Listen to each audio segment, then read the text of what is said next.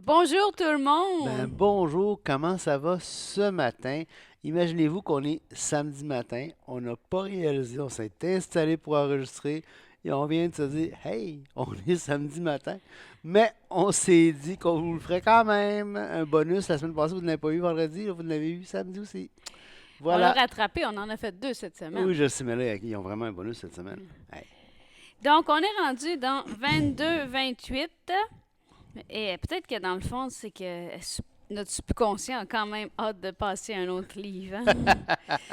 Je suggère qu'après, on prenne pas un livre de genre 50 chapitres. Ouais, un plus court un peu peut-être. Mais non, mais non, mais non. Non, c'est vraiment génial. On aime ça faire ça. C'est le fun. On s'amuse le matin en commençant. C'est vraiment génial. Ouais, et ben, c'est ce qu'on veut vous encourager à faire aussi, étudier la parole en famille, en couple. Mais avec les enfants même, c'est toujours un privilège de commencer la journée en ouvrant la Bible. S'il y a une chose que j'espère qu'on peut vous communiquer, c'est que l'étude de la parole n'a pas besoin d'être morne, Fastidieuse. fastidieuse, plate, même religieuse. Tu sais. On lit la Bible, on s'amuse, on rigole. Le sujet est sérieux, la Bible est sérieuse, mais on n'a pas besoin de se prendre au sérieux. Tu On sais. peut avoir du plaisir à À étudier. étudier même les choses sérieuses, il n'y a pas de raison de ne pas apprécier justement l'étude de la Bible. Et le premier verset qu'on voit aujourd'hui dans Proverbe 22-28 me fait penser à notre série d'Hébreux. OK, vas-y. Parce que ça commence en disant ne déplace pas la borne ancienne que tes pères ont posée. Et si je me trompe pas, dans Hébreu, on a vu quelque chose de semblable, ou du moins, c'est ce que tu as enseigné. Si tu t'écoutais pas parler, c'est... Est-ce que tu vois ce que je veux dire? Non, c'est pour te dire, hein? D'accord. Tu Tu m'as... vois pas, tu vois pas du tout ce que je veux dire. Vas-y, Bon, je te suis. écoute, hein, c'est pour ça qu'on fait une équipe. Tu peux lire l'autre verset pendant que je trouve le livre d'Hébreu. C'est dans le Nouveau Testament, premièrement. Arrête, là.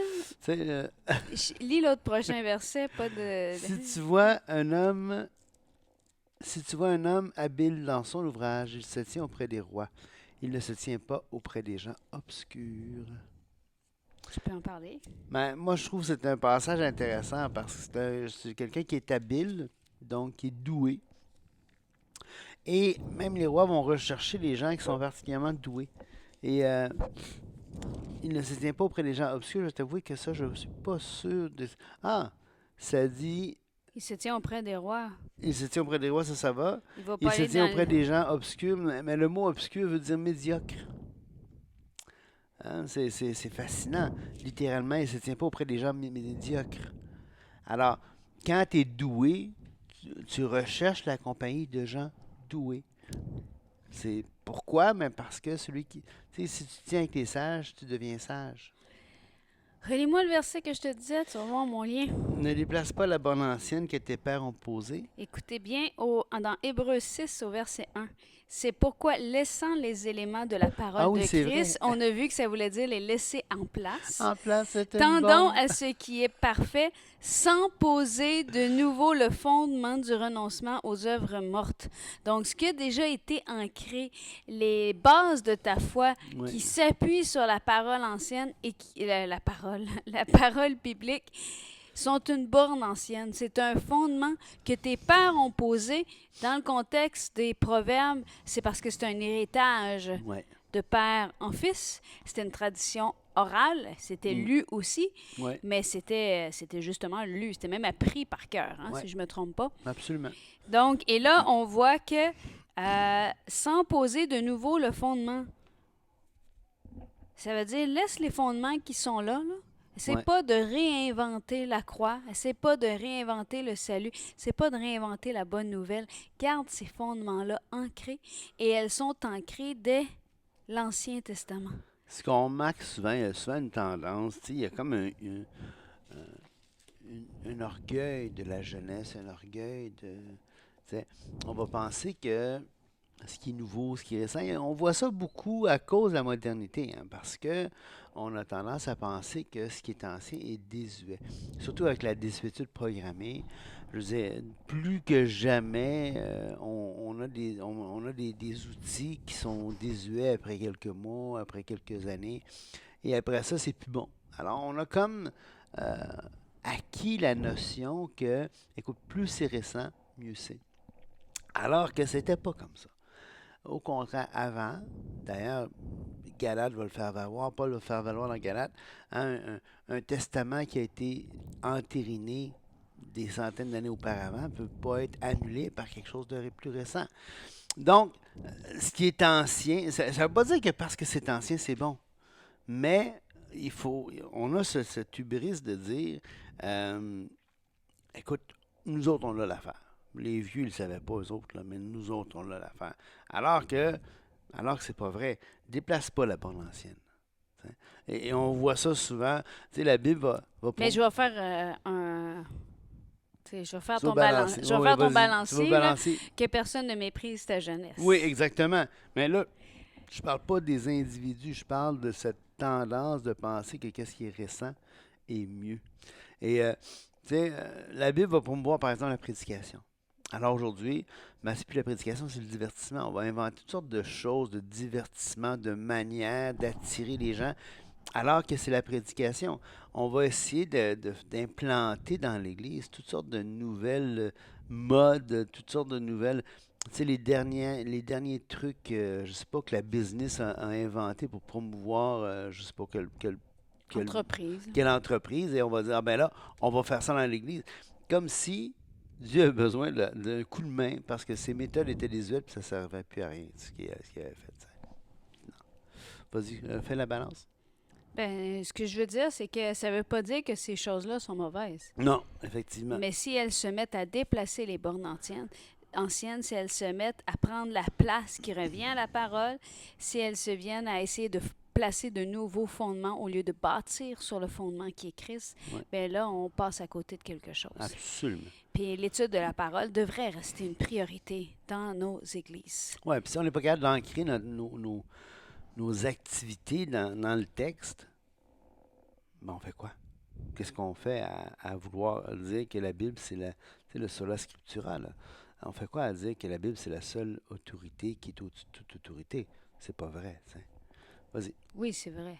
Non, mais je veux dire, c'est pas vrai. Notre attitude, si on cherche à toujours la déplacer, c'est pas l'attitude qu'on a. On peut affirmer sur la scripture, mais on le vit pas, tu sais. Et c'est intéressant parce que le passage ne déplace pas la borne ancienne va revenir exactement dans les mêmes termes dans le chapitre 23. Fait, on va le revoir un peu plus tard. Pour l'instant, on pourrait lire les premiers versets du chapitre 23, puis on va voir qu'il y a quand même une suite logique avec ce qu'on vient de lire. Si tu vois un homme habile, il se tient auprès des rois. Donc, prenons le contexte, gardons cet homme habile qui est proche du roi. Qui se tient loin des médiocres. Si tu es à table avec un grand, fais attention à ce qui est devant toi. Mets un couteau à ta gorge si tu as trop d'avidité. Ne convoite pas ses friandises, c'est un aliment trompeur. Hmm. Ne te tourmente pas pour t'enrichir, n'y applique pas ton intelligence. Veux-tu poursuivre du regard ce qui va disparaître? Car la richesse se fait des ailes et comme l'aigle, elle prend son vol dans les cieux. Ne mange pas le pain de celui dont le regard est malveillant et ne convoite pas ses friandises. Car il est comme les pensées de son âme, mange et bois, te dira-t-il, mais son cœur n'est point avec toi. Tu vomiras le morceau que tu as mangé et tu auras perdu tes propos agréables. C'est fascinant. Hein, la strophe là, du verset 1 au verset 7, comment est-ce que. Ben, 8. verset 8, oui, exactement. On On pourrait même mettre 9. ne parle pas aux oreilles de l'insensé car il méprise la sagesse du Ben non, discours. 8, 8. Ouais. Euh, Tu sais, on voit là, comme le verset 3 qui rejoint le verset 6b. Là. Euh, Mets un couteau à ta gorge si tu as trop d'avidité, ne convoite pas ces friandises, c'est un aliment trompeur. Puis il revient au verset au 6. 6b, ne mange pas, en fait 6, ne mange pas le pain de celui dont le regard est malveillant, ne convoite pas ces friandises. Alors, c'est comme si il y a deux catégories de personnes qu'on voit ici, où l'auteur va dire, hey, envie-les pas, envie-les juste pas, t'as pas besoin de ce qu'ils ont. Hein? Toi, moi, je vois ça aussi comme une suite du verset. Oh, Je t'ai vas-y. interrompu? Non, non, non, vas-y, Je vois vas-y. vraiment ça comme une suite du verset 29. Ça dit, si tu tiens auprès des rois, là, si tu es à table avec un grand, là, fais attention pour que si ce grand-là n'est pas juste, il y a un regard malveillant, c'est ça le terme qui est Ouais. utilisé, ben fais attention, mais fais attention de toute façon. Fais attention de toute façon à tout ce qui est devant toi. Puis c'est pas parce que tu es à la table avec un roi, parce que tu es habile, que tu dois devenir avare, Ouais. que tu dois Exact. te mettre à convoiter, tu dois te tourmenter pour essayer de t'enrichir. Je pense que le point est mis sur le fait, garde, sois habile dans ton ouvrage. Ouais. Concentre-toi sur ton ouvrage, sur ce que tu fais. Puis ça me fait penser au verset, tout ce que vous faites, faites-le comme pour le Comme pour Seigneur. le Seigneur. Et non pas pour t'enrichir. Mm. Ça va te mener Oui. auprès des rois. Puis on l'a vu, là, le fruit de l'humilité 22:4, le fruit de l'humilité de la crainte de l'Éternel, c'est la richesse, la gloire et la vie. Bon, ça veut pas dire que. Puis là, on ne veut pas tomber non plus dans les extrêmes de l'évangile de la postérité, le name it, claim it américain. Là. On veut juste dire que normalement, encore une fois, c'est lié des proverbes, c'est pas des trucs absolument coulés dans le ciment, c'est des tendances, c'est des sagesses. Tu sais. Si tu as de l'humilité, si tu vis, c'est l'excellence, si tu fais tout justement, bien, ça va avoir tendance à promouvoir une vie saine, puis une vie riche, que ce soit riche monétairement ou en tout cas riche de tout ce qui est beau et bon dans la vie. Là, tu sais. Et que même si, ce que je trouve intéressant avec ce que tu viens de dire, c'est que même si, il est où ton verset que tu viens de lire? 22, 4. 22.4, même si le fruit de l'humilité, de la crainte de l'Éternel, c'est la richesse, la gloire et la vie, veux-tu poursuivre du regard ce qui va disparaître? Ouais. Car la richesse se fait des ailes. Ouais. Donc, on a ce rappel de... Et même si le fruit, c'est ça, cherche pas ça. Mm. Ne cherche pas ça. Et ça me fait penser à Job, quand Dieu a dit, là, as-tu vu mon serviteur Job comme il est juste? Puis là, la réponse qui est faite à Dieu, c'est oui, mais tu lui as tout donné. Hmm. Puis là, on enlève tout ce que Job avait. As-tu vu mon serviteur Job? Il est juste. Exact. Puis là, oui, mais tu n'as pas touché à sa santé. Puis là, il se ramasse malade. Comme probablement peu d'hommes ont été malades et conscients en même temps. Et, as-tu vu mon serviteur Job? Ouais, hein? Donc, pourquoi Job a pu, dans toute cette situation-là, garder la justice? Ben, c'est parce que ses yeux étaient sur la crainte de l'Éternel. Ouais. Ça me fait penser aussi à Paul. C'est un homme qui a marché selon que les écrits nous rappellent comment marcher pour Dieu. Il dit, j'ai appris à vivre dans l'abondance comme dans la famine, dans la détresse. Il a appris à vivre dans toutes circonstances. Et parmi tout ce chemin de vie-là, il a appris à vivre comment? Avec crainte de l'Éternel. Avec crainte de l'Éternel, ben oui. Et de marcher, et c'est ce qui nous encourage dans tout le Nouveau Testament, dans toutes les lettres qu'il a écrites aux églises, de marcher d'une manière digne, de rectifier nos voies, de regarder nos pas, de dire non, c'est pas là que je m'en vais, de s'encourager les uns les autres, de s'exhorter, de s'enseigner. Et je vois que tu as quelque chose à dire, alors vas-y, chérie. Non, non, non. Ben, l'idée, c'est que Job, tu vois, il a tout perdu. Dieu lui a tout redonné. À la limite, Dieu, tu sais, c'est à Dieu qu'appartient la richesse. T'sais. Donc, quelque part, on voit que Dieu va élever, va abaisser si ça lui tente. Ça ne veut pas dire que tout ce qui est élevé, tout ce qui est abaissé vient de Dieu, ça serait affirmer le conséquent. Mais on voit que Dieu peut élever, peut abaisser. On voit ça dans la... Oui, il n'est pas écrit au départ que Job avait été élevé par Dieu. Non, non, non, non, c'est ça. Mais Dieu a permis que l'ennemi lui enlève tout. Donc, c'est pas Dieu qui l'a abaissé, c'est l'ennemi qui a abaissé Job, mais Dieu lui a redonné par contre. Okay? Donc, on voit un peu ça aussi dans la vie de Nabuchodonosor. On l'a touché récemment au chapitre 4 de Daniel, Nebuchadnezzar qui a été jugé finalement parce qu'il il s'enorgueillissait de la gloire que Dieu lui avait donnée, du royaume que Dieu lui avait donné. Et c'est bien parce qu'on ne l'avait pas lu la dernière fois. Le texte est intéressant. Oui, il dit son cœur d'homme lui sera ôté, en parlant de Nebuchadnezzar, et un cœur de bête lui sera donné, et 7 ans passeront sur lui. Cette sentence est un décret de ceux qui veillent. Cette résolution est un ordre des saints, afin que les vivants sachent que le Très-Haut domine sur le règne des hommes, et qu'il le donne à qui lui plaît, et qu'il élève le plus vil des hommes. Donc, c'est intéressant de voir ça, et ce décret-là, là on voit un décret qui a été pris au niveau du Conseil céleste. Hein, on a vu le Conseil céleste à quelques reprises dans le livre dans le livre des Proverbes. On l'a vu en parlant de 1 roi 22, quand Dieu veut tuer Akab. On l'a vu en parlant d'Ézéchias, qui a un esprit qui est venu on en a parlé à quelques reprises. Là, ça en est un autre exemple ici, ceux qui veillent, l'ordre des saints, donc c'est le conseil céleste, qui entérine, si tu veux, les décisions de Dieu et qui vont entériner et qui vont même l'appliquer. Et là, ce qui était intéressant, j'ai pesé le mauvais bouton sur mon iPad, et là, ce qui est intéressant, effectivement, ça va se produire. OK. T'étais là. Donc, c'est ça.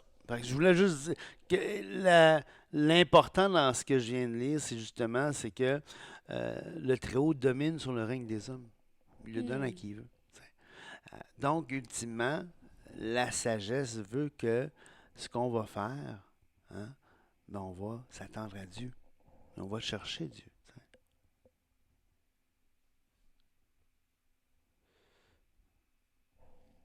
Oui, on voit dans Daniel 4, 28, toutes ces choses se sont accomplies sur le roi Nebuchadnezzar. Au bout de 12 mois, comme il se promenait dans le palais royal, le roi prit la parole, n'est-ce pas ici, Babylone la grande, que j'ai bâtie comme résidence royale, par la puissance de ma force et pour la gloire de ma magnificence. C'est dangereux. Apprends, roi Nebuchadnezzar, qu'on va t'enlever le royaume. Au même instant s'accomplit dans Daniel 4, 33 la parole sur Nebuchadnezzar. Donc il dit, on te chassera du milieu des hommes, tu auras ta demeure avec les bêtes des champs, on te donnera comme au bœuf de l'herbe à manger, et 7 ans passons sur toi, jusqu'à ce que tu saches que le Très-Haut domine sur le règne des hommes, qu'il le donne à qui il lui plaît. Au même instant s'accomplit sur Nebuchadnezzar, il fut chassé du milieu des hommes, mangea de l'herbe comme des bœufs. Son corps fut trempé de rosée du ciel jusqu'à ce que ses cheveux crussent comme des plumes des aigles et ses ongles comme ceux des oiseaux. Prenez le temps, hein, quand vous lisez ces textes-là, de visualiser. Hein. Tu sais, c'est comme c'est comme le texte est imagé, il n'est pas imagé pour rien, il est imagé pour qu'on puisse en saisir la portée. Ouais, c'est ça, tu sais. Et puis après le temps marqué, moi, Nebuchadnezzar, je levai les yeux vers le ciel et la raison me revint. J'ai béni le Très-Haut, j'ai loué et glorifié celui qui vit éternellement, celui dont les dominations est une domination éternelle. Et là, voilà, il revient. Imaginez-vous, ceux qui étaient avides de pouvoir dans la cour de Nebuchadnezzar. Le roi, il se fait sortir de même. Hey, on va prendre la place, on va devenir régent à la place du régent. Mais non, Dieu le remet à sa place. C'est fantastique. Bon, on continue. Tout à fait. Et si on continue... On est rendu au verset que tu parlais hier, même plus tôt, l'épisode précédent. Ne déplace pas la bande ancienne et n'entre pas dans le champ. Non, c'est au début de cet épisode-là. On a commencé avec ça. Ah oui, c'est vrai. Merci. D'accord. Ça va pensais bien, qu'on Cyril? Oui, je voulais lire quelque chose parce qu'il y a quand même tantôt j'ai donné comme une application, là, mais il y a un contexte aussi avec la loi. Quand il est écrit ne déplace pas la borne ancienne, dans Deutéronome 19, 14, il est écrit tu ne reculeras point les bornes de ton prochain posées par tes ancêtres dans l'héritage que tu auras au pays dont l'Éternel ton Dieu te donne la possession. Donc, il y avait un caractère sacré aux limites de la propriété aussi. Oui, exactement. OK. Parce que, on se met dans le contexte, relisez le livre de Josué, où est-ce que la terre d'Israël est partagée parmi les tribus, et selon leur famille, et ainsi de suite. Donc, c'était un héritage qui était sacré. Et il y a même, ça va encore plus loin parce qu'il dit dans le même verset, n'entre pas dans le champ des orphelins. Ça veut dire, c'est pas parce que c'est un orphelin que le champ t'appartient. Exactement. Ça reste dans l'héritage de son père et tu dois respecter ça. Pas pour rien, car leur vengeur est puissant, il défendra leur cause contre toi. Là, je vais aller voir, c'est quoi le mot vengeur ici, ça m'intrigue. Rédempteur. C'est Rédempteur qui c'est écrit dans la marge. Ben oui, The Redeemer en anglais. Car leur Rédempteur est God. puissant, il défendra leur cause contre toi. C'est beau. Ouais, le Rédempteur, c'est l'idée, c'est dans Ruth, hein? Celui qui rachète Oui, le droit de le rachat. droit de rachat. Mais c'est ici le mot Rédempteur, là, c'est celui qui avait le droit de rachat. Le droit de rachat, donc, celui qui a le droit de rachat est puissant. Hmm. Fais attention, il va s'en mêler. Ouvre ton cœur à l'instruction et tes oreilles aux paroles de la science. N'épargne pas la correction à l'enfant. Si tu le frappes de la verge, il ne mourra point. En le frappant de la verge, tu délivres son âme du séjour des morts. On a parlé de ça hier. Mon fils, si ton cœur est sage, mon cœur à moi sera dans la joie. Mais C'est bien, tu sais, après avoir dit n'épargne pas la correction à l'enfant, il dit mon fils, si ton cœur est sage, mon cœur à moi sera dans la joie, parce que ça veut dire que le père n'aura pas à faire la correction. Ouais. Mes entrailles sont émues d'allégresse quand tes lèvres diront ce qui est droit. Exactement.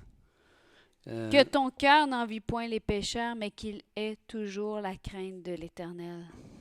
Et là, on voit le parallèle entre l'enfant qui mérite la correction et l'enfant sage, et la recommandation à l'enfant sage, ou en tout cas l'espoir du parent, que le cœur de l'enfant n'envie pas les méchants, mais qu'il ait toujours la crainte de l'Éternel. C'est magnifique. Car il est un avenir et ton espérance ne sera pas anéantie. On se rappelle, on a vu que la fin du méchant, c'est la ruine. Ouais. Et que celui qui a la crainte de l'Éternel à l'époque et celui qui place sa confiance en Jésus-Christ seul aujourd'hui Ouais. pour avoir la vie éternelle a automatiquement une espérance, a automatiquement une assurance qui va au-delà même de cette vie. Ouais, Puisque, exactement. car Dieu a tant aimé le monde qu'il a donné son Fils unique afin que quiconque croit en lui ne périsse point, mais ait la vie éternelle. Et encore, verset 19. Écoute mon fils et sois sage, dirige ton cœur dans la voie droite. Ce qui était intéressant, on l'a vu au chapitre 16, on l'a vu, je pense, un peu plus. C'est-tu au chapitre 22 qu'on a vu dirige, là? Que Dieu dirige. Ah oui, tu peux continuer à parler pendant que je te trouve le verset. Dirige ton cœur dans la voie droite. On n'est pas dans un contexte déterministe, je le dis, je le répète, on est dans un contexte où est-ce que c'est la loi, c'est la parole de Dieu qui doit guider, qui doit diriger, mais Achar, c'est justement, prends la bonne direction, guide, dirige, non pas téléguider, mais... Mais là, dirige ton cœur dans la voie droite, c'est le Fils qui dirige Oui, ton c'est cœur. ça, c'est ça que je dis, c'est ça. C'est comme si l'autre fois, on a vu Dieu qui dirige parce qu'il donne qui donne le guide, tandis que là, on voit, non, mais c'est à ta responsabilité aussi de diriger ton cœur. Dieu te montre le chemin. Toi, embarque, emprunte ce chemin-là. Nous tu sais. marchons à ta suite. C'est exactement ça, nous marchons à ta suite. Tu sais. Et après ça, on a un beau contexte, un beau contraste à dire ne sois pas parmi les buveurs de vin, parmi ceux qui font excès des viandes, car l'ivrogne est celui qui se livre à des excès s'approvisse, et l'assouplissement fait porter des haillons.